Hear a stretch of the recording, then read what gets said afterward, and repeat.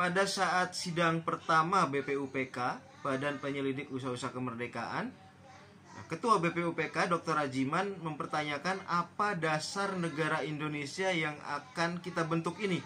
Gitu.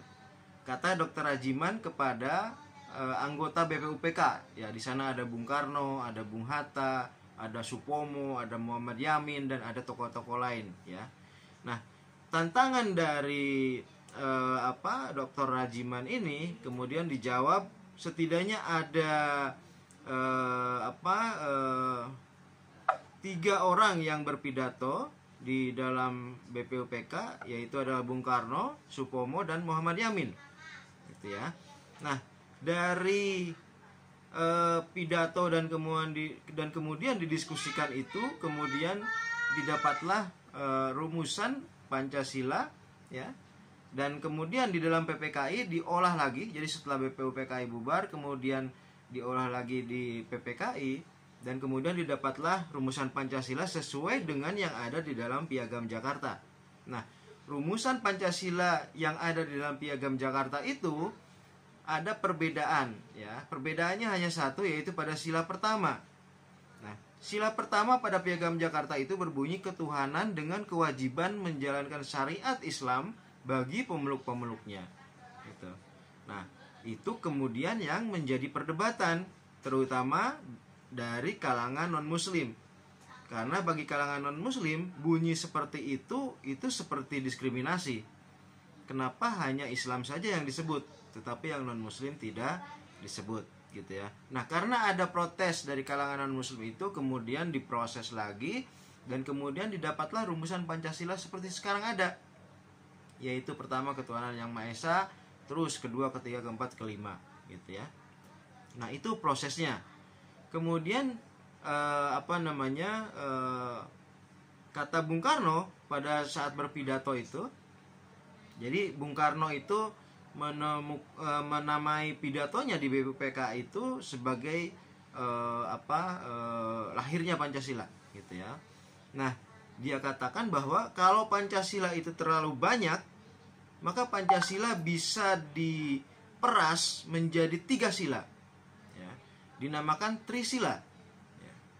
Trisila itu terdiri dari sosionasionalisme, sosiodemokrasi, dan ketuhanan yang Maha Esa, gitu ya.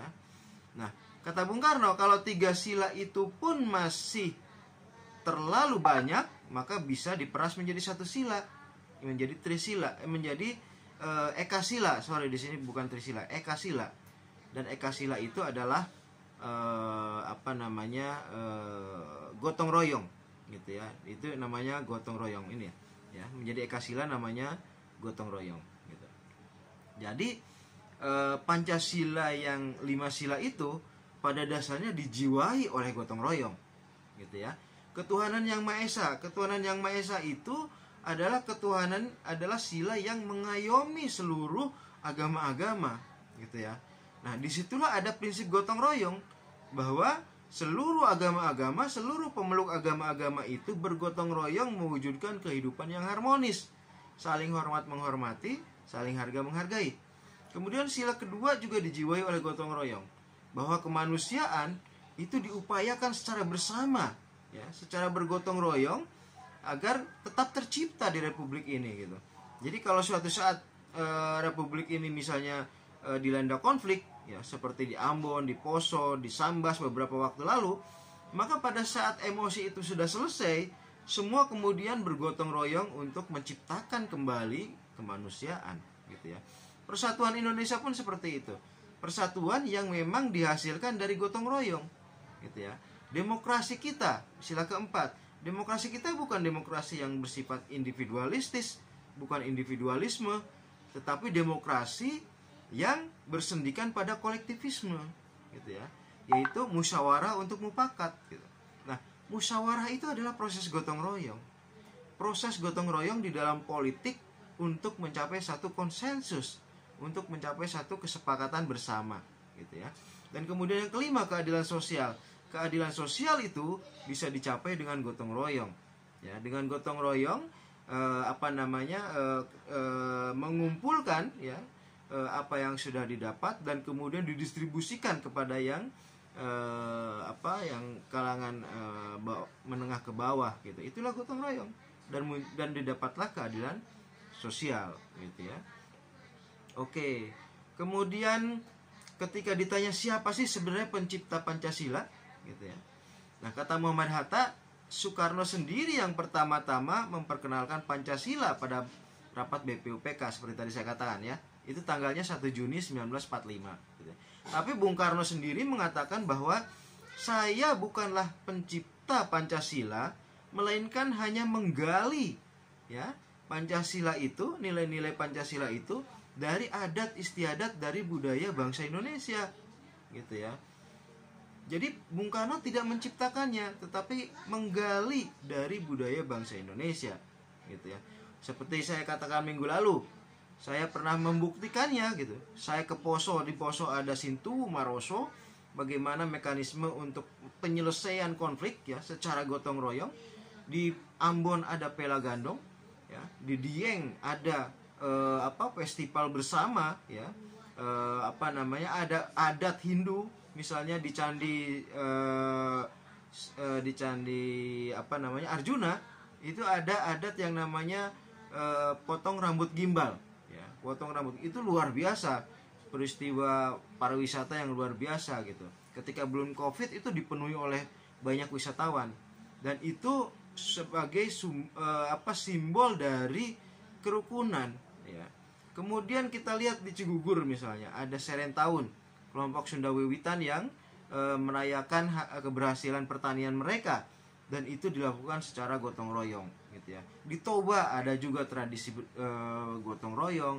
Di daerah-daerah lain, di Bengkulu misalnya, bahkan di Bengkulu kelompok yang berbeda itu bisa bergotong royong bersama menciptakan festival seni yang luar biasa, yaitu Festival Tabot gitu ya.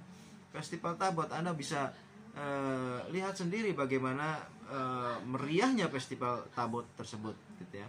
Nah, Yamin dalam pembahasan Undang-Undang Dasar Republik Indonesia berulang kali mengatakan bahwa Pancasila diciptakan oleh Soekarno ya. Jadi meskipun Bung Karno itu mengatakan bahwa dia bukan pencipta Pancasila, tetapi Yamin dan Hatta mengatakan bahwa Bung Karno lah yang memperkenalkan dan menciptakan Pancasila ya.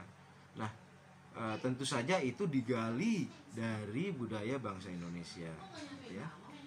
Nah, bagaimana perkembangannya Pancasila pada era Soekarno? Ternyata Pancasila itu kita agak cepat saja supaya Nadia bisa cepat presentasi. Nah, pada era Bung Karno di Orde Lama, Pancasila itu agak diselewengkan gitu ya. Diselewengkan misalnya dengan Bung Karno menciptakan demokrasi terpimpin gitu ya. Demokrasi terpimpin itu bukan demokrasi ya. Itu menempatkan kekuasaan pada satu tangan, yaitu pada tangan Bung Karno gitu.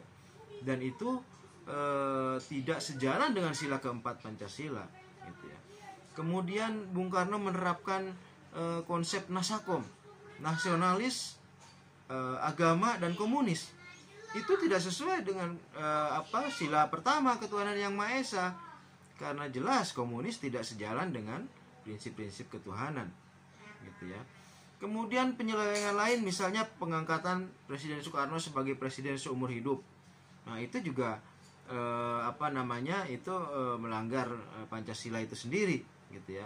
Kemudian memberi kekuasaan besar kepada presiden ya, MPR dan lembaga tinggi negara gitu ya. Kemudian memberi peluang bagi militer untuk terjun ke dalam politik ya.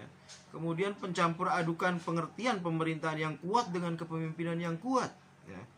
Dan akhirnya tentu menciptakan demokrasi terpimpin itu yang pada dasarnya bukan demokrasi gitu ya.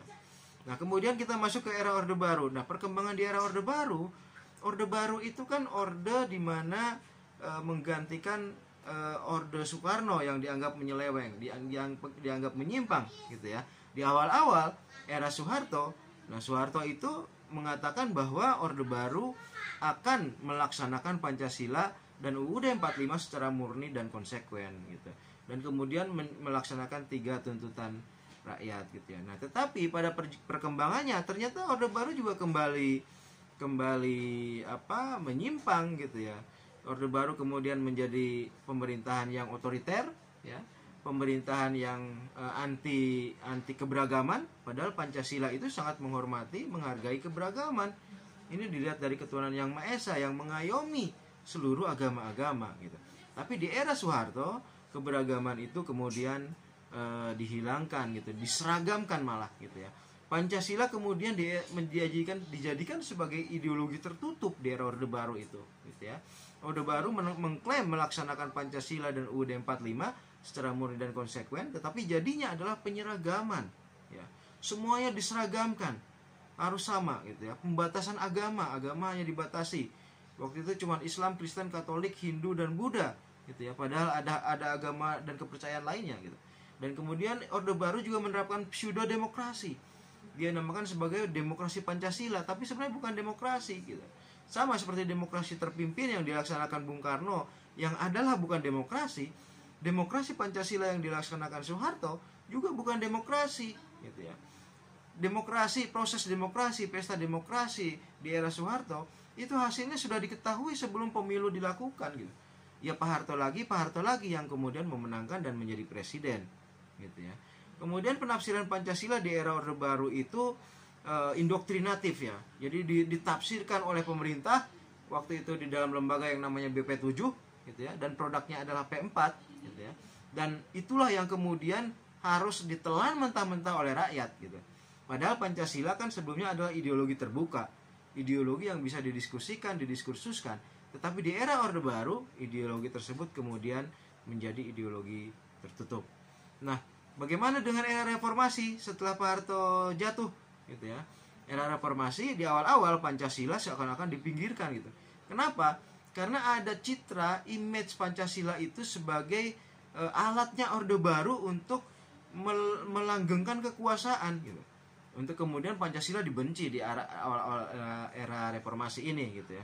Tetapi kemudian seiring berjalannya waktu, ternyata muncul kekerasan, korupsi dan lain sebagainya, ditambah ancaman terorisme dan lain sebagainya, orang kembali melirik kepada Pancasila.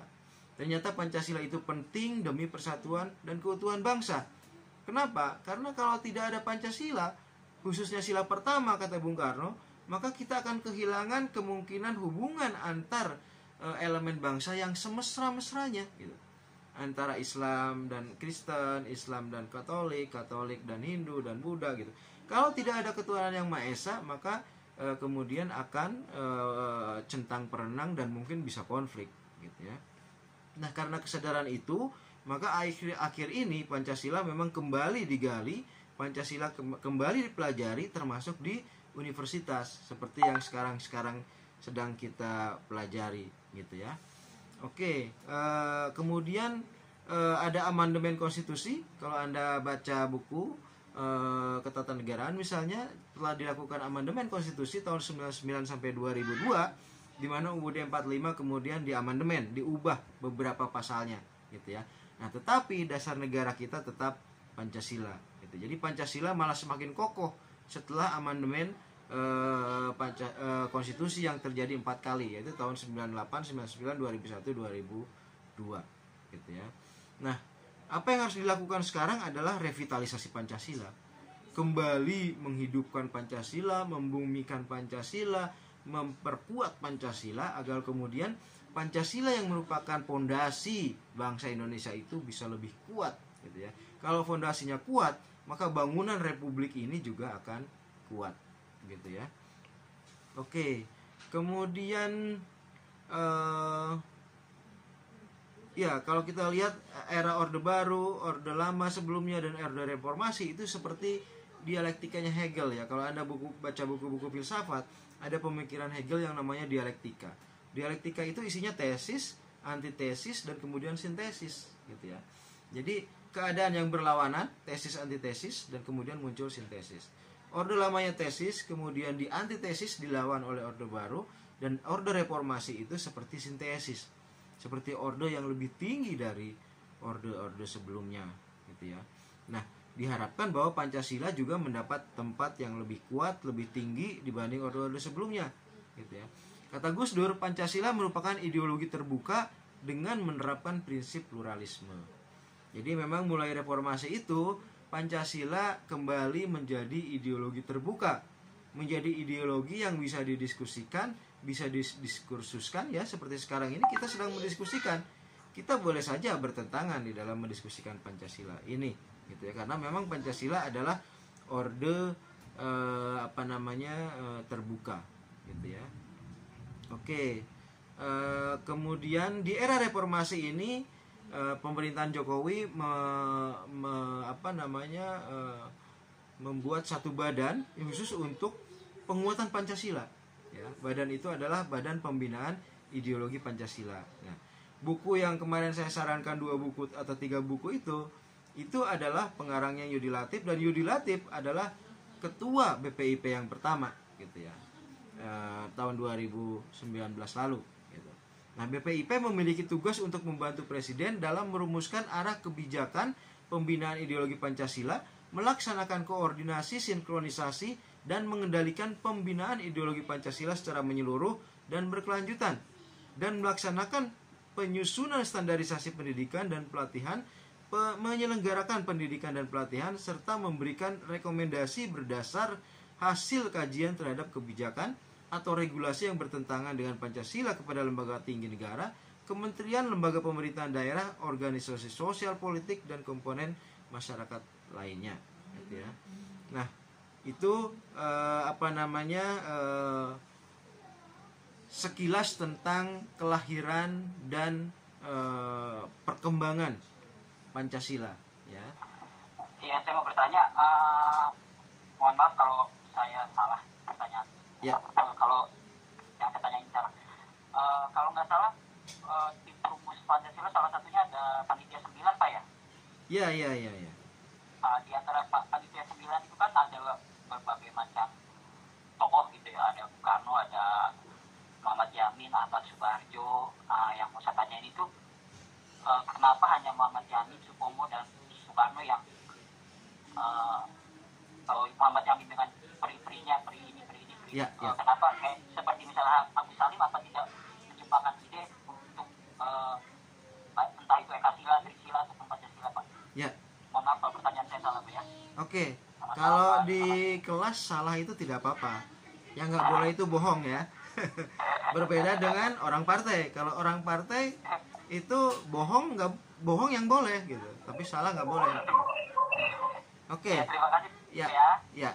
Memang ketika ketua BPUPK itu mempertanyakan dasar negara dari republik yang akan dimerdekakan, itu semuanya diberikan kesempatan untuk bicara gitu ya. Semuanya diberikan kesempatan untuk bicara gitu. Nah, tetapi kemudian yang pidato panjang lebar itu ya mereka bertiga itu gitu ya. Nah, tetapi yang lainnya pun sebenarnya mengeluarkan pendapat sama gitu ya. Yang lainnya pun mengeluarkan pendapat gitu. Nah, Agus Salim dan lain sebagainya itu juga mengeluarkan pendapat di BPUPK gitu ya. Dan kemudian dicapailah rumusan-rumusan itu gitu. Yang lebih mirip kan Yamin ya, dengan tadi Anda bilang pri itu. Nah, tetapi pidatonya Bung Karno yang dia katakan sebagai hari lahirnya Pancasila itu juga secara esensial itu juga sama dengan Pancasila yang ada sekarang gitu ya. Internasionalisme, nasionalisme, kemudian sosiodemokrasi, keadilan sosial, dan ketuhanan yang berkebudayaan. Di awalnya Bung Karno mengatakan gitu ya. Apa yang dimaksud ketuhanan yang berkebudayaan? Ketuhanan yang memang muncul dari adat dan budaya bangsa Indonesia, bukan ketuhanan yang dicangkokkan atau bukan ketuhanan yang muncul dari ruang kosong gitu. Makanya ketuhanan yang Maha Esa itu adalah isinya berbagai macam agama gitu ya, karena isinya adalah semua yang hidup di Indonesia gitu ya. Isinya adalah semua yang hidup, baik ketuhanan yang berkebudayaan atau ketuhanan yang Maha Esa gitu. Kemudian kan di akhir sepakatnya dengan ketuhanan yang Maha Esa gitu ya. Nah, ketuhanan yang berkebudayaan itu maksudnya tadi tidak muncul dari ruang kosong, tapi juga ketuhanan yang memang saling hormat menghormati, yang berkeadaban begitu ya. Itu kata lainnya adalah berkeadaban. Jadi semua anggota BPUPK itu pada dasarnya mengemukakan pendapat gitu ya. Pada dasarnya mengemukakan pendapat tetapi kemudian pendapat yang paling solid itu ya yang berpidato itu pada tanggal 29 Mei kalau tidak salah, dan tanggal 1 Juni. Dan Bung Karno berpidato tanggal 1 Juni. Gitu ya. Kalau Supomo pidatonya memang agak jauh dari rumusan Pancasila. Karena Supomo pada dasarnya dia mengangkat tentang negara integralisme, gitu ya. Tetapi negara integralisme itu sebenarnya bisa ditafsirkan sebagai negara kesatuan. Itulah bentuk negara kita sekarang ini, Negara Kesatuan Republik Indonesia. Artinya pidato Supomo itu lebih mengarah pada bentuk negara apa dari negara yang akan dimerdekakan itu, gitu. Dan Supomo secara panjang lebar memang menjelaskan negara integralistik, yaitu negara kesatuan, gitu ya, negara satu untuk semua dan lain sebagainya. Yang kemudian ini juga diambil oleh Bung Karno bahwa negara kita bukan negara satu untuk satu, gitu ya, tapi juga bukan orang Islam untuk orang Islam, tapi Islam untuk Indonesia, Katolik untuk Indonesia, Kristen untuk Indonesia, dan lain sebagainya. Jadi semua untuk semua, gitu ya. Nah itu sebenarnya inti dari pidato-pidato mereka itu, gitu. Baik pidato Yamin, pidato Soekarno, itu intinya sebenarnya lima prinsip itu, ya. Kelima prinsip itu: ketuhanan, kemudian kemanusiaan, persatuan, demokrasi, sosiodemokrasi, dan keadilan sosial, gitu ya. Jadi ketua BPUPK mempersilahkan seluruh anggota dan semuanya sebenarnya mengeluarkan pendapat, gitu ya. Tetapi kemudian yang solid itu ya 3 orang itu, gitu ya. Dan hasil dari BPUPK kemudian dibawa ke PPKI, ya. Di PPKI itu lahirlah Piagam Jakarta yang 5 sila itu, tapi sila pertamanya itu adalah dengan kewajiban menjalankan syariat Islam bagi pemeluk-pemeluknya. Dan itu kemudian didiskusikan ulang sehingga kemudian bentuk akhirnya adalah ketuhanan yang Maha Esa yang diterima oleh seluruh elemen agama, gitu ya. Jadi kalau ada yang mengklaim bahwa ketuhanan yang Maha Esa itu hanya ciri khas orang Islam, gitu ya, karena Esa itu hanya ciri khas Tuhannya orang Islam, itu tidak mengenal sejarah orang seperti itu, gitu. Justru ketuhanan yang Maha Esa itu merupakan hasil kesepakatan dari seluruh elemen bangsa, gitu ya, dari seluruh elemen bangsa yang terdiri dari berbagai agama, gitu. Nah, dari sebelumnya adalah ketuhanan yang dengan kewajiban menjalankan syariat bagi pemeluknya, itu menjadi ketuhanan yang Maha Esa, gitu. Dan Esa itu masih banyak tafsirnya, gitu. Belum tentu Esa itu tafsirnya satu atau tunggal. Ada juga yang menafsirkan sebagai kuasa, gitu ya, ketuhanan yang Maha Kuasa, gitu ya. Nah itu masih debatable lah sampai sekarang tafsir dari ketuhanan yang Maha Esa itu. Tetapi kalau kita lihat sejarahnya, ketuhanan yang Maha Esa itu merupakan hasil kompromi yang memungkinkan semua elemen agama itu bersatu di dalam naungan Negara Kesatuan Republik Indonesia, gitu. Oke, silakan, ada lagi yang ditanyakan sambil menunggu. Saya mau nanya. Ya. Dengan saya pernah baca katanya sebelum disahin pada tanggal 1 Juni itu ada 3 tanggal yang didebatin buat jadi Hari Pancasila. 17 Juni, 22 Juni, sama 18 Agustus kalau nggak salah. Ya. Itu kenapa ya Pak kira-kira didebatin di antara 3 tanggal itu? Ya sebenarnya ketiga tanggal itu penting, gitu. Ketiga tanggal itu penting. 1 Juni itu pidatonya Bung Karno, di mana pidatonya Bung Karno itu diberi judul Lahirnya Pancasila, gitu. Itu benar. Kalau kita menganggap 1 Juni lahirnya Pancasila, iya, karena pidatonya diucapkan 1 Juni. 18 Agustus itu adalah hari di mana Undang-Undang Dasar itu fix, gitu ya. Nah itulah di dalam pembukaan UUD 45 itu ada rumusan Pancasila, gitu. Jadi sebenarnya semua tonggak itu, baik 22 Juni, 1 Juni atau 18 Agustus itu sebenarnya punya kita, gitu. Ya, mau yang manapun itu penting, gitu. Mau yang manapun itu penting. Tidak produktif kalau kita mempertentangkan itu terus, gitu ya. Sudah, sekarang pemerintah sudah menetapkan 1 Juni sebagai hari lahir Pancasila, ya ikutin saja. Bahwa memang tanggal 1 Juni itulah untuk pertama kalinya rumusan Pancasila itu muncul, gitu ya, dari konsepnya Bung Karno, dan sebenarnya tidak jauh berbeda dengan konsepnya Muhammad Yamin, gitu. Oke, ada lagi yang ingin tanyakan, silakan.